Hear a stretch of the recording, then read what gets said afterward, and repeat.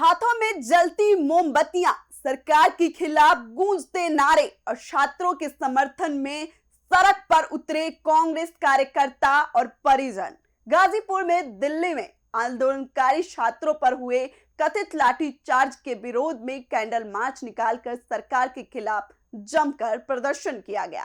नमस्कार, मैं हूं कोमल तिवारी, आप देख रहे हैं यूपी की बात।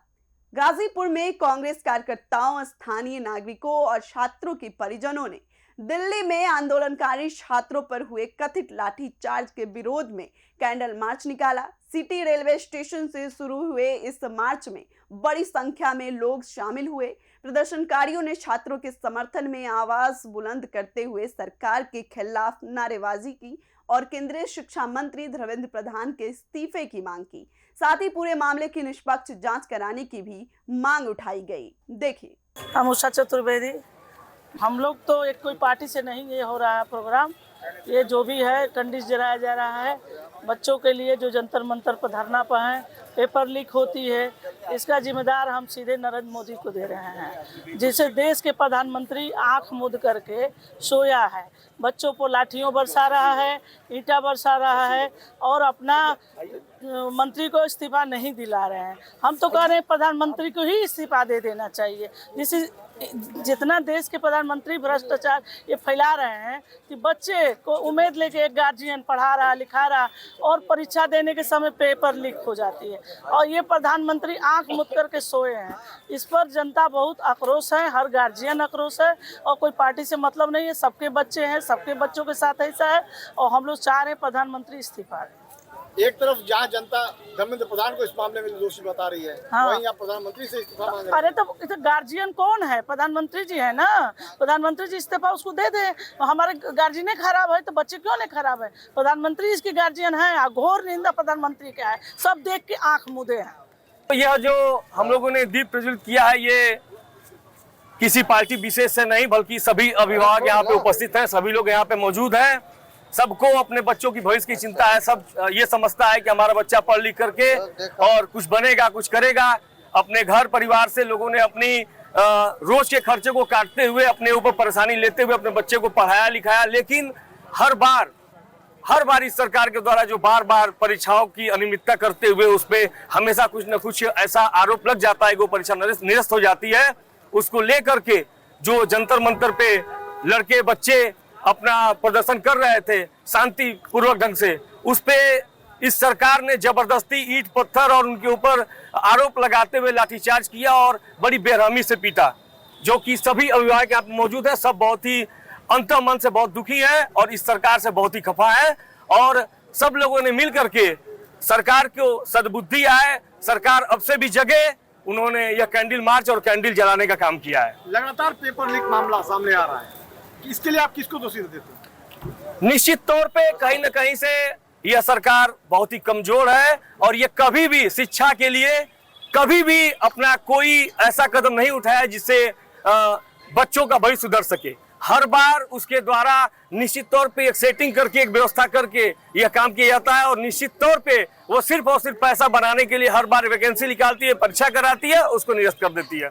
इसमें सरकार का हर तरह से दोष है और वही दोषी है। 18 दिन तक सोनम वांगचुक अनशन पर बैठे हुए थे और जबरदस्ती उस महान विद को गिरफ्तार करके और सफदरजंग अस्पताल ले गए। वह अस्पताल नहीं ले गए, उनको गिरफ्तार ही किया गया।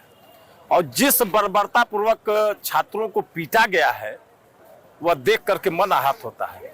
बच्चियों तक को पीटा गया है, जो छोटी छोटी बच्चियां रही हैं, 15-16 साल की जो बच्चियां रही हैं, उनके साथ भी दुर्व्यवहार हुआ है। और इनकी मांग क्या था? मांग छोटी सी है भाई। शिक्षा मंत्री जो धर्मेंद्र प्रधान है, उनके इस्तीफे की मांग हो रही है। सवाल यह है कि आपके कार्यकाल में कई पेपर लीक हुए और उसके बावजूद आपकी जो जवाबदेही बनती है, आप उस जवाबदेही का भी निर्वहन नहीं कर पा रहे हैं। तो ऐसी स्थिति में आपको पद पर बने रहने का अधिकार नहीं है। जिस जनता ने आपको चुन करके संसद तक पहुंचाया, आप शिक्षा मंत्री बने हुए हैं, आज आपसे अपनी समस्याओं को रखते हैं तो उनको सुनने के भी आप अधिकारी हैं, उसके समाधान के भी अधिकारी हैं। लेकिन उन छात्रों और नौजवानों की समस्याओं की अनदेखी की जा रही है, जिसमें जो देश की सरकार है, पूर्ण रूप से उनका सहयोग कर रही है। कहीं ना कहीं इनकी मिली भगत है और अब तक जो दोषी हैं उनके विरुद्ध जो सही ढंग से कार्रवाई होना चाहिए वो कार्रवाई नहीं हो पा रहा है, सिर्फ औपचारिकता निभाई जा रही है। जो दिल्ली में जंतर मंतर पे परिस्थितियां पैदा हो रही हैं, तो ये नीट की जो पेपर बार बार लीक हो जा रहे हैं उसको लेकर के, ये नीट ही नहीं, इससे पहले भी तमाम लगभग 100 की संख्या में पेपर लीक हो चुके, लेकिन सरकार के पास जो व्यवस्थाएं हैं हर जगह फेल हो जा रही है। और अब तक हिंदुस्तान में जब से नीट मेडिकल का एग्जाम हो रहा है, इस सरकार में ही तीन बार पेपर लीक हो चुके, तो युवाओं का भविष्य कहाँ जा रहा है? जो पढ़े लिखे हैं वो सड़क पे घूम रहे हैं। लगातार जो जनता, जो युवा है, वो इसके लिए धर्मेंद्र प्रधान को दोषी बताया। तो शिक्षा मंत्री तो वही है ना देश में, प्रधान तो वही है एजुकेशन का, तो मैं तो गार्जियन तो जब नहीं संभल रहा है तो उनको छोड़ देना चाहिए। जब परिवार उनसे नहीं संभल रहा है, व्यवस्थाएं नहीं संभल पा रही हैं, एजुकेशन का स्तर गिरता जा रहा है। बच्चे आज इंटर पास करने के बाद कहाँ जा रहे हैं? सारी यूनिवर्सिटियां खाली होती जा रही हैं, बंद होती जा रही हैं, डिपार्टमेंट बंद होते जा रहे हैं। क्यों? बच्चे क्या गायब हो गए हैं पढ़ने वाले? इंटर के बाद कहाँ जा रहे हैं? उनका भविष्य कहाँ जा रहा है? सब ठेला खुंची लगा रहे हैं, तो क्या पढ़ाई करके वही ठेला खुंची चलाएंगे?